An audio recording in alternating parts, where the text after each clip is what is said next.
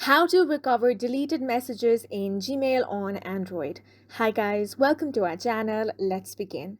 First, tap open the Gmail app on your device. If you have mistakenly deleted any of the mails on Gmail, then there is a very simple way on how you can recover it. First, tap on the three lines at the top left corner of your screen. Then from here, tap on Bin. Once you do, you're going to find all of your deleted messages here. If you want to recover it, simply tap on that. Now from here, you can also select multiple mails or tap on select all to select all the deleted mails to recover. Then tap on the three dots at the top right corner of your screen. Then tap on move to. And now from here, you can pick any category you want. Tap on that.